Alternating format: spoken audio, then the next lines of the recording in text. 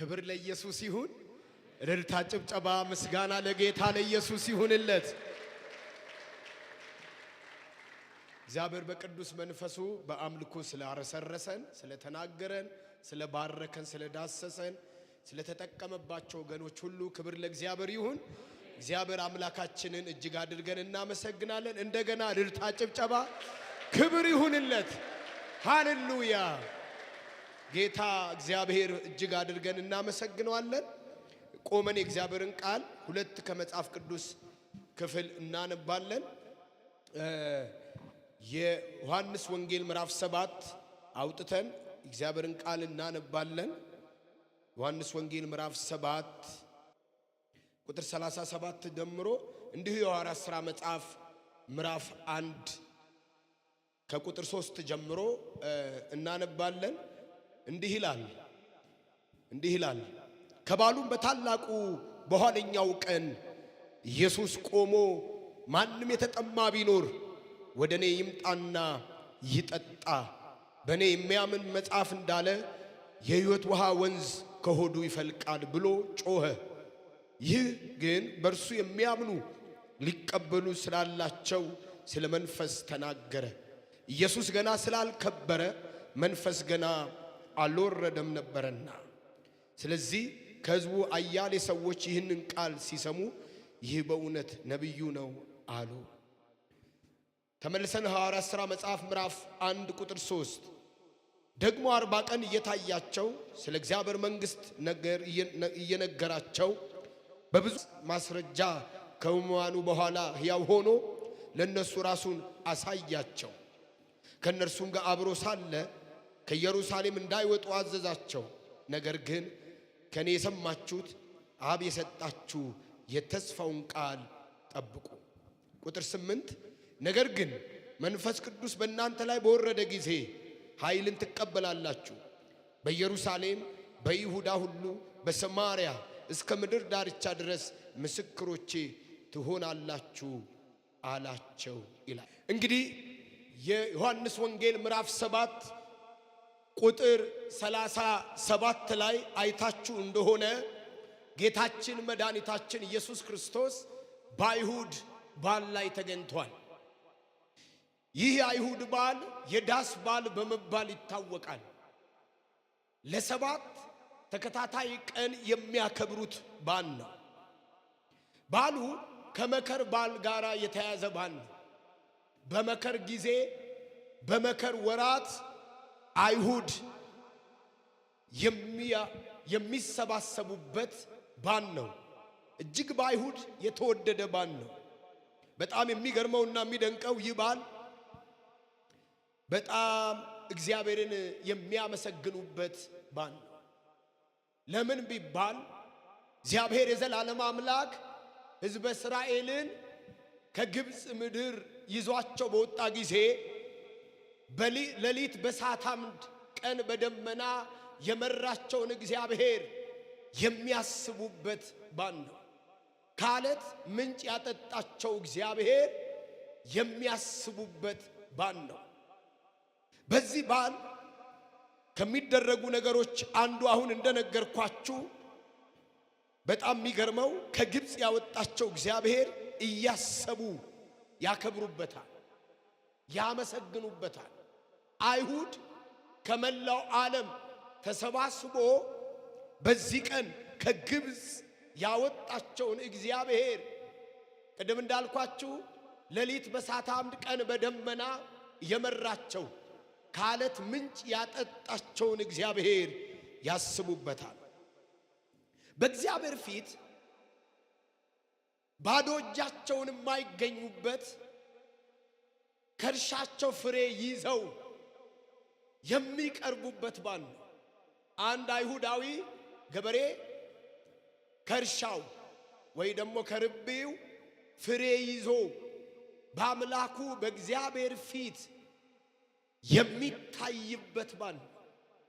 በእግዚአብሔር ፊት እንታይበታለን ብለው የሚያስቡበት ፍሬ ይዘው የሚቀርቡበት በዓል ነው እና ጌታችን መድኃኒታችን ኢየሱስ ክርስቶስ በዚህ የዳስ በዓል ላይ በስምንተኛው ቀን በአይሁድ መሃል ተገኝቷል እና በዚህ መገኘት ውስጥ ሶስት የሚገራርሙ ነገር በአይሁድ ማህበረሰብ ዘንድ ተናገረ። ምን የሚል? ማንም። እስኪ ማንም በሉ። ድገሙና እስኪ ማንም በሉ። ጨምሩና እስኪ ማንም በሉ። ማንም አለ። ሴት ቢሆን ወንድ፣ ባሪያ ቢሆን ጨዋ፣ ማንም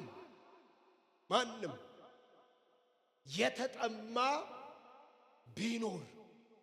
በጣም የሚገርም ነው።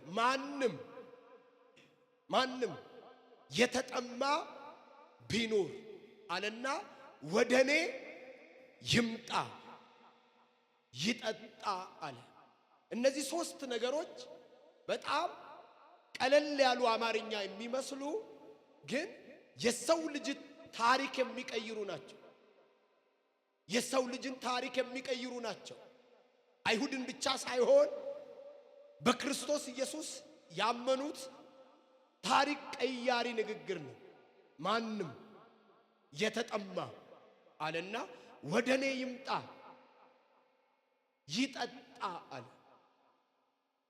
ዛሬ መንፈስ ቅዱስን ስለመፈለግ የምንነጋገርበት ምሽት ነው። የእግዚአብሔር መንፈስ ስለመፈለግ የእግዚአብሔርን ቃል የምናጠናበት ምሽት ነው። ወገኖቼ ሆይ እዚህ ክፍል ላይ አይታችሁ እንደሆነ በተለይ አሁን ባለንበት ዘመን በጣም ብዙ ሰዎች ደርሼበታለሁ፣ አውቄዋለሁ በሚል እሳቤ ከመፈለግ ሲታክቱ ታያላችሁ። አውቀዋለሁ፣ ተምሬዋለሁ፣ ተለማምጄዋለሁ በሚል እሳቤ ይህንን የከበረ ካብ ዘንድ የተሰጠ መንፈስ ቅዱስን ሲጠሙና ሲፈልጉ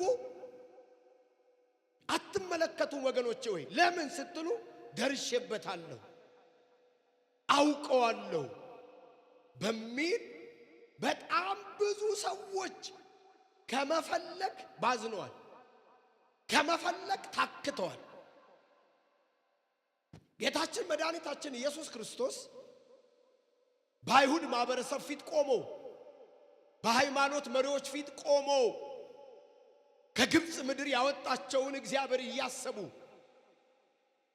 እግዚአብሔርን እያመሰገኑ ባሉበት በዓል ላይ የተጠማ ቢኖራል፣ የሚፈልግ ቢኖር፣ መንፈስ ቅዱስን የሚፈልግ ቢኖር፣ መንፈስ ቅዱስን የተጠማ ቢኖር መንገዱ አንድ ነው አለ።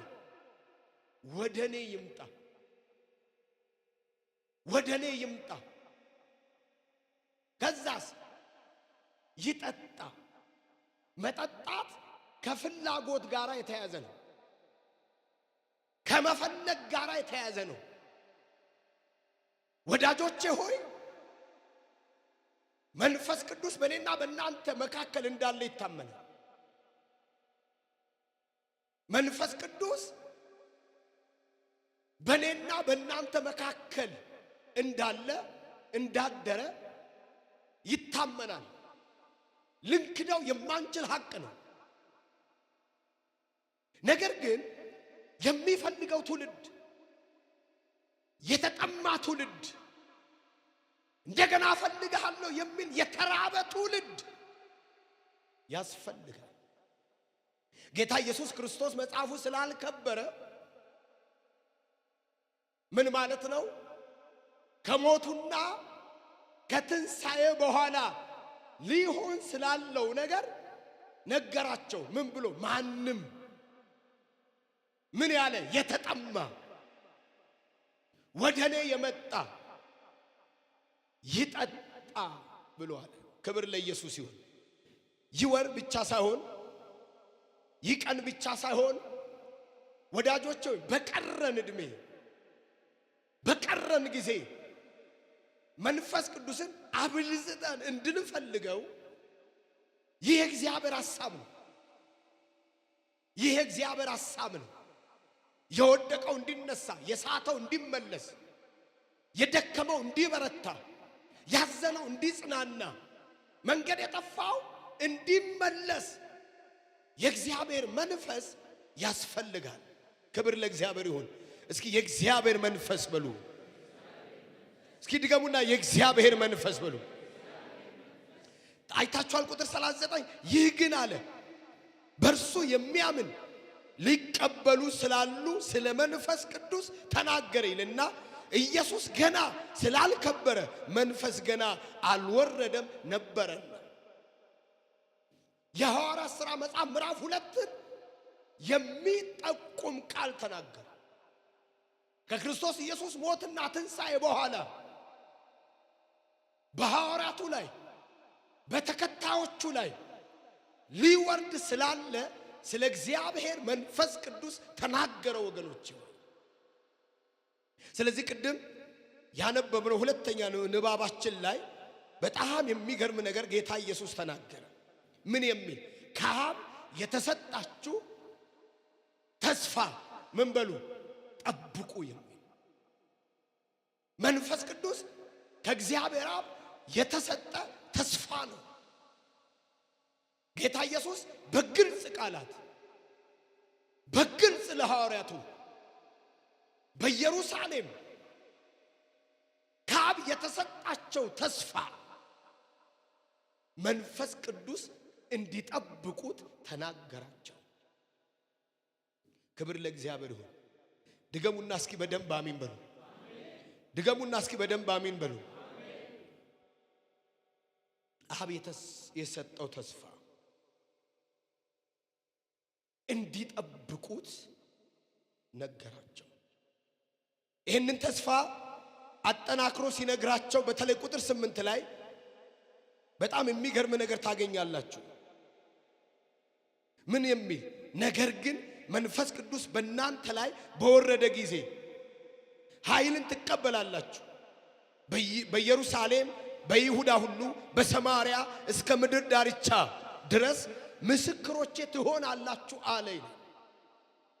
የምትጠብቁት መንፈስ ቅዱስ በወረደ ጊዜ፣ የምትፈልጉት የእግዚአብሔር መንፈስ በእናንተ ላይ በወረደ ጊዜ ውጤቱን ነገራቸው። ዛሬ እኛ የምናተኩረው የእግዚአብሔር መንፈስ ሲያገኘን፣ የእግዚአብሔር መንፈስ ሲሞላብን፣ የእግዚአብሔር መንፈስ ሲቆጣጠረን በሐዋርያቱ የሆነውና በእኛ ሕይወት ውስጥ ደግሞ ሊሆን ስላለው ነገር እንድናይ እፈልጋለሁ። መንፈስ ቅዱስ በእነሱ ላይ በወረደ ጊዜ ምንድን ነው የሆነው? አንድ 5 ነገሮችን ነው ማለት ነው። የመጀመሪያ ተመልከቱ ቅዱሳን፣ ከእግዚአብሔር አብ የተሰጣቸው ተስፋ ፍጻሜ ያገኘ። የእግዚአብሔር መንፈስ በበጉ ሐዋርያትና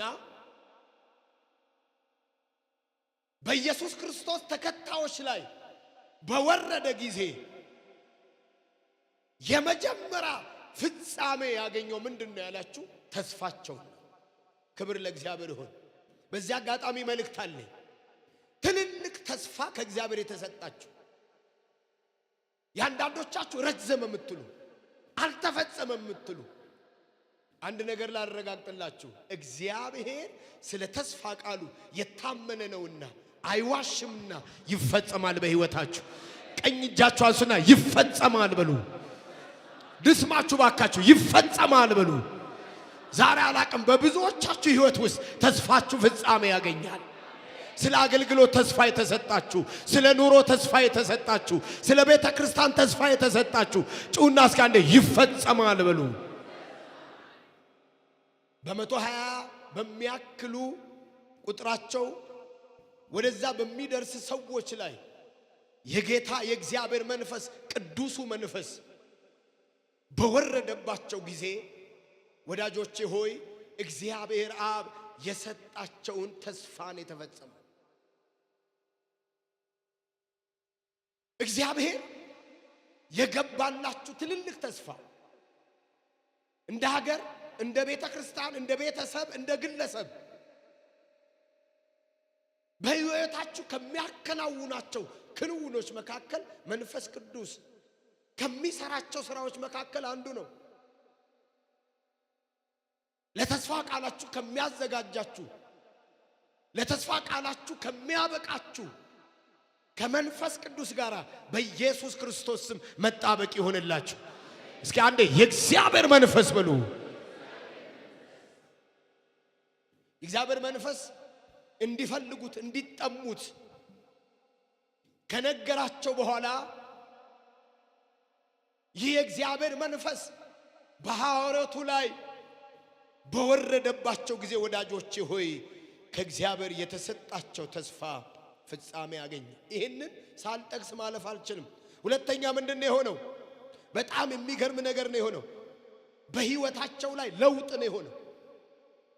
በተለይ ለውጥ የምትናፍቁ ሰዎች በአገልግሎታችሁ ላይ፣ በሕይወታችሁ ላይ፣ በትዳራችሁ ላይ የእግዚአብሔርን መንፈስ ተራቡ፣ የእግዚአብሔርን መንፈስ ተጠሙ።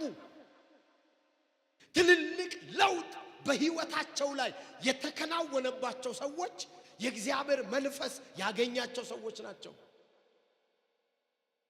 ትልልቅ ለውጥ በሚኖሩበት ማህበረሰብ የተገለጠ፣ በቅርባቸው ባሉ ሰዎች የተገለጠ፣ ራሳቸውም የሚያውቁት ለውጥ የሆነባቸው ሰዎች ወዳጆቼ ሆይ የእግዚአብሔር መንፈስ ያገኛቸው ሰዎች ናቸው። የእግዚአብሔር ቃል በተለይ በማቴዎስ መጽሐፍ ምዕራፍ 26 ቁጥር 69 ጀምራችሁ ስታነቡ አሁን የማወራው ነገር በግልጽ ታስተውላላችሁ። በጣም የሚገርም ታሪክ ስለሆነ ማየት አለብን። የማቴዎስ ወንጌል ምዕራፍ 26 ቁጥር 69 ጀምሩ። እንዲህ የሚል ቃል አለ። ጴጥሮስም ከቤት ውጪ በአጥሩ ግቢ ተቀምጦ ነበር። ጌታችን ኢየሱስ ክርስቶስ ለመከራ ታልፎ ለመስቀል ሞት ታልፎ በተሰጠበት ምሽት አንዲት ገረድ ወደ እርሱ ቀርባ አንተ ደግሞ ከገሊላ ከኢየሱስ ጋር ነበር አለችው። በገሊላ ከኢየሱስ ጋር ነበር ካለችው እርሱ ግን ይላል ቁጥር 7 ተመልከቱ። እርሱ ግን የምትዩን አላቀውም ብሎ በሁሉ ፊት ካደ። በጣም የሚከብደኝ ቃል፣ ሁልጊዜ ባሰብኩት ጊዜ የሚገርመኝ ቃል። እየነገርኳችሁ ያለው ስለ ጴጥሮስ ነው። ጌታችን ለመከራ ለመስቀል ሞት ታልፎ በተሰጠበት ምሽት ማቴዎስ አንዲት ገረድ አገኘችዋል። አገኘችውና ይህ ሰው በገሊላ አውራጃ ከኢየሱስ ጋር ነበር አለችው። እና በጣም የሚገርመው ነገር አቃሉ አንቺ የምትዩን አላቆም።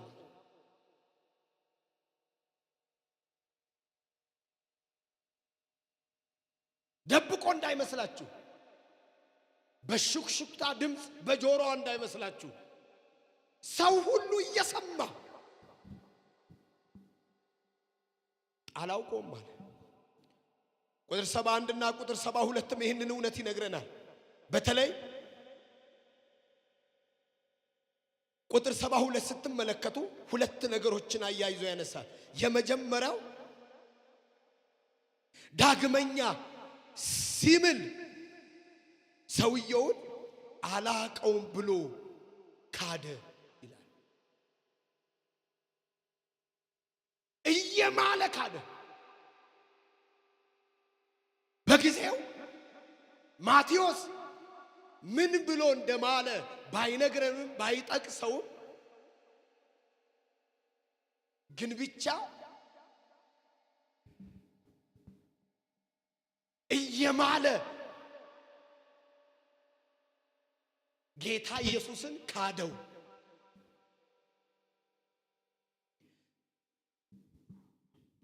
እዚህ ክፍል ላይ ቁጥር 74ንም ብትመለከቱ ተራገመ የሚል ቃል የክደቱ ጥልቀት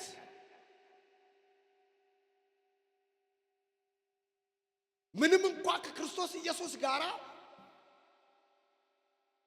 3 ዓመት ተኩል የመቆየት እድል ቢገጥመው በክርስቶስ ኢየሱስ እግር ስር ቁጭ ብሎ ከተማሩት መካከል ቢሆንም ያልተለወጠው ጴጥሮስ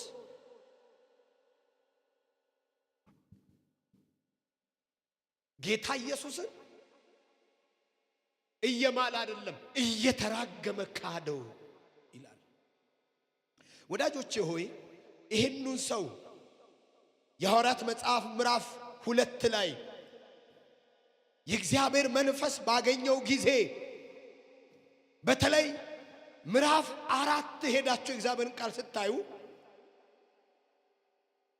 ያንድ ሽባ ሰው መፈወስ በኢየሩሳሌም ቤተክርስቲያን ብዙ ጭቅጭቅ እንዲመጣ አድርጓል። በማን ስም በማን ኃይል ይሄንን ሰው ፈወሳችሁት የሚል በአይሁድ ማህበረሰብ ከፍተኛ ስምና ዝና ያላቸው ሰዎች ሐዋርያቱን ይዟቸዋል። ይሄንን ያደረጋችሁት በማን ስም በማን ኃይል ነው ብለው ጠየቋቸው። ጴጥሮስ እዛው ኢየሱስን በካደበት አላቀውም ባለበት በማለበትና በተራገመበት ነገር ተቀይሮ እንዲህ ማለት ጀመረ። በተለይ ቁጥር 8 ይሁን በዛን ጊዜ ጴጥሮስ መንፈስ ቅዱስ ተሞልቶ በጣም የሚባርከኝ ቃል በዛው ጊዜ ጴጥሮስ መንፈስ ቅዱስን ተሞልቶ እንዲህ አላቸው፣ እናንተ የሕዝብ አለቆች፣ ሽማግሌዎች እኛ ዛሬ ለድውዩ ሰው ስለተደረገለት መልካም ሥራ ይህ በምን እንደዳነ ብንመረምር እናንተ በሰቀላችሁት እግዚአብሔር ከሙታን ባስነሳው በናዝሬቱ በኢየሱስ ክርስቶስ ስም ይህ ሰው ደና ሆኖ በፊታችሁ እንደቆመ ለእናንተ ለሁላችሁ ለእስራኤል ሕዝብ ሁሉ የታወቀ ይሆናል። እስኪ አንዴ ጮኻችሁ አሜን በሉ። ምን አይነት አስደናቂ ለውጥ ነው! ምን አይነት አስገራሚ ለውጥ ነው! ተስፋቸው መፈጸም ብቻ ሳይሆን ካብ የተሰጣቸው የተስፋ ቃል ፍጻሜ ማግኘታቸው ብቻ ሳይሆን ከተቀበሉት የእግዚአብሔር መንፈስ የተነሳ ወገኖቼ ሆይ በሕይወታቸው ላይ ለውጥ ሆነ። የተለወጠው ጴጥሮስ በሕይወት እያለ የካደ በሕይወት እያለ አላቆም ያለ በአንድ ሰው ፊት ስለ ኢየሱስ ክርስቶስ መናገር ያቃተው የደነገጠ የፈራ በ3000 ሰዎች ከዛም በላይ ፊት ቆመና እናንተ የሰቀላችሁት እግዚአብሔር ግን ከሙታን ያስነሳ በኢየሱስ ክርስቶስ ስም ደና ሆና እኔ እግዚአብሔር ተናግሮኛል። ከሚያገኛችሁ እግዚአብሔር መንፈስ የተነሳ በሕይወታችሁ ትልልቅ ለውጥ ይሆናል። በጌታ በኢየሱስ ስም ይሆናል። የስብከት ለውጥ ይሆናል። በጌታ በኢየሱስ ስም የውሎ ለውጥ ይሆናል። የንግግር ለውጥ ይሆናል። የድፍረት መንፈስ፣ የኃይል መንፈስ፣ የክብር መንፈስ በኢየሱስ ስም ያገኛቸዋል። በኢየሱስ ስም ያገኛቸዋል። ባለቆች ፊት፣ በሹማምንቶች ፊት፣ በኃያላን ፊት በኢየሱስ ስም ወንጌልን ትመሰክሩ ዘንድ እግዚአብሔር ያስነሳቸዋል። ግጩና የእግዚአብሔር መንፈስ በሉ በኔ ላይ ነው በሉ። እስኪ ክብር ለኢየሱስ አምጡ።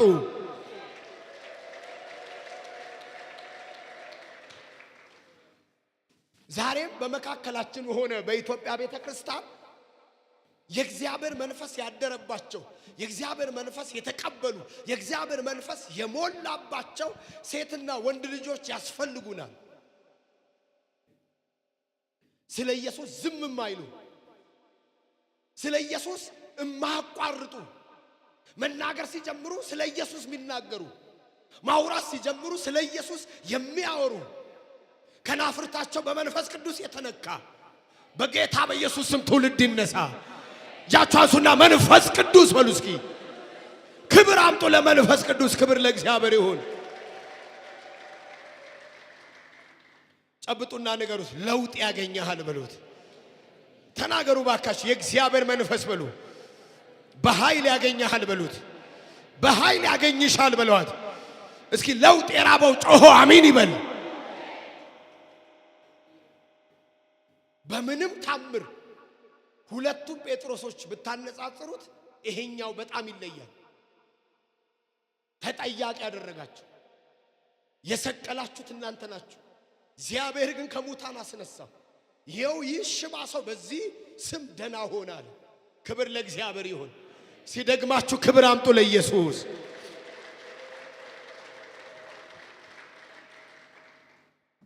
ሶስተኛ ምንድነው የሆነው? ገደብ ነው ከህይወታቸው የተነሳ። የትኛውም በመንፈሳዊ ዓለም የታጠረባቸው አጥር ከመንፈስ ቅዱስ ቅባት የተነሳ ከመንፈስ ቅዱስ ኃይል የተነሳ ከህይወታችሁ ላይ ይሰበራል። ዛሬ ገደብ ሰብሮ የሚሄድ ትውልድ አለ። ገደብን አፍርሶ የሚሄድ ትውልድ አለ። እስከ አንዴ ይፈርሳል በሉ። እስከ አንዴ ጩና ይፈርሳል በሉ። እስኪመጣ አሜን ቆዩ አላቸውና ከመጣ በኋላ አለ በይሁዳ በሰማርያ በምድር ዳርቻ ሁሉ ምስክሮቼ። አላቅም ሰው ያስቀመጠው ኬላ፣ ጠላት ያስቀመጠው ኬላ፣ በእናንተ ፍርሃት የተቀመጠ ኬላ መንፈስ ቅዱስ ዛሬ ከመንገዳችሁ ላይ ያነሰዋል። በኢየሱስ ስም ያነሰዋል።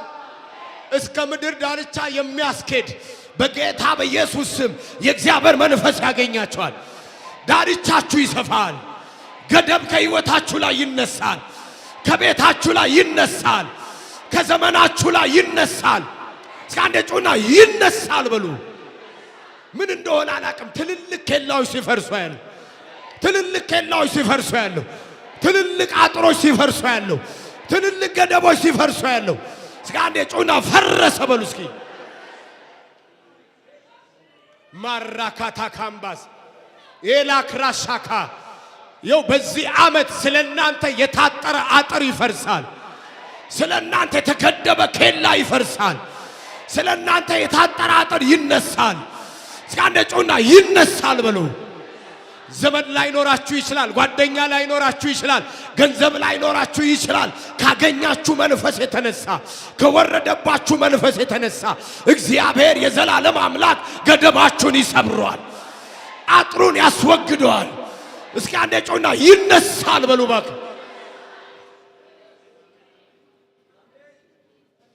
ትዝ ይላችኋል የሐዋርያት ሥራ መጽሐፍ ምዕራፍ 8 ላይ በኢየሩሳሌም ከበባድ የሚባሉ ስደቶችና መከራዎች የገጠሟቸው ሰዓት ሰዎች ሰማዕታት የሆኑበት ጊዜ እንደነ እስጢፋኖስ ያሉ በድንጋይ ተሞግረው የሞቱበት እንደነ ሳውል ያሉ ሰዎች ቤተክርስቲያንን የሚያሳድዱበት ጊዜ ላይ በጣም የሚገርም ነገር ነው። ቃሉን እየሰበኩ ቃሉን እየተናገሩ መንፈስ ቅዱስ ወደ መራቸው ቦታ ሁሉ ሄዱ። እስጢፋኖስ ግን ሰማርያ ወረደ። ክርስቶስን ሰበከላቸው። በዛም ከተማ ቃላት ሊገልጠው የማይችል ደስታ ሆነ። ዛሬ መልእክት አለ ለአንድ ሰው። አንዳንዱ ከመከራው በፊት ቀድሞ በር ይከፈትለታል። ከውድቀት በፊት በር ይከፈትለታል። ከስደት በፊት በር ይከፈትለታል። ጃቻሱና አንዴ አሜን በሉ። ማራሳ ካፓያ እግዚአብሔር መከራውን የምትቀድሙበት መንፈስ ይሰጣችኋል። መከራውን የምትቀድሙበት ቅባት ይሰጣችኋል። መከራውን የምትቀድሙበት እሳት ይሰጣችኋል። እስኪ አንዴ ጩና አሜን በሉ። የእግዚአብሔር እሳት ቤቱን ሞልቶት ነው ማለት። የእግዚአብሔር መንፈስ ጉባኤውን ተረክቦታል። መድረኩን ተቆጣጥሮታል። እስኪ አንዴ ገደብ ይነሳል በሉ። በቃ መልእክት አለኝ ለማን እንደሆነ። በጀመራችሁበት ከተማ በጌታ በኢየሱስ ስም አትሞቱም። በተነሳህበት ከተማ ላይ አትሞተም። እግዚአብሔር ድንበርን እያሳለፈ ያስኬድሃል። ወደብን እያሳለፈ ያስኬድሻል። እየሰባበረ ያስኬደናል። እየነቃቀለ ያስኬደናል። አንዴ ጮና ያስኬደኛል በሉ ባካሽ። እስኪ ብለጡኝና የእግዚአብሔር መንፈስ እፈልጋለሁ በሉ። ድገሙና እስኪ የእግዚአብሔር መንፈስ እፈልጋለሁ በሉ። ድገሙና እስኪ የእግዚአብሔር መንፈስ እፈልጋለሁ በሉ።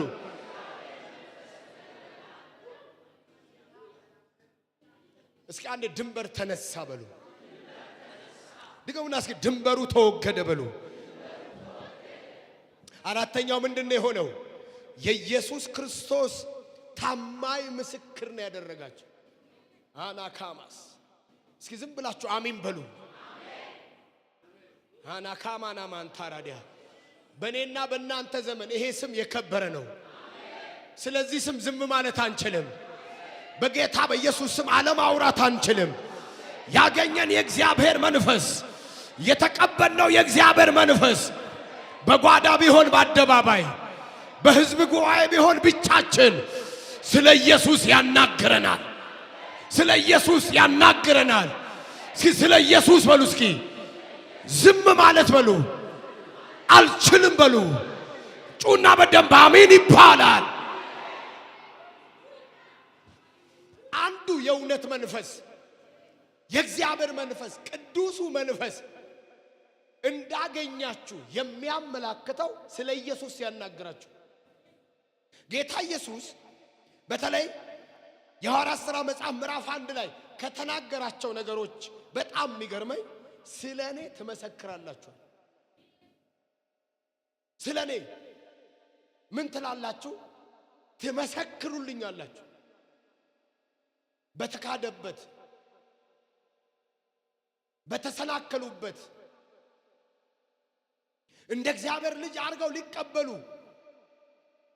ባቃታቸው ሰዎች ፊት ቆማችሁ ስለኔ ከአብ ዘንድ እንደመጣ ስለ ኃጢአተኞች እንደሞተ ደግሞም በሶስተኛው ቀን እንደተነሳ ተመልሶ እንደሚመጣ ስለኔ እስኪ አንዴ ስለኔ በሉ። ስለማን ነው? እስኪ ስለ ኢየሱስ በሉ። እኔ በሉ። እስኪ ዝም ማለት በሉ። አልችልም። የሆነ ሰው ይጮህና በደንብ አሜን ይበል። የእግዚአብሔር መንፈስ ያገኛቸው ሰዎች አንዱ በሕይወታቸው የሚያመላክተው ነገር ምንድነው ያላችሁ እንደሆነ ስለ ኢየሱስ ያወራ። አሜን አትሉ? ስብከታቸው ኢየሱስ፣ ትምህርታቸው ኢየሱስ፣ መዝሙራቸው ኢየሱስ፣ በሕዝብ ጉባኤ ኢየሱስ፣ ባለቆቻቸው ፊት ኢየሱስ፣ በተገኙበት ኢየሱስ። እስኪ አንዴ ኢየሱስ በሉ። ታላቅ እልልታ፣ ጭብጨባ፣ ክብር ለጌታ ይሁን።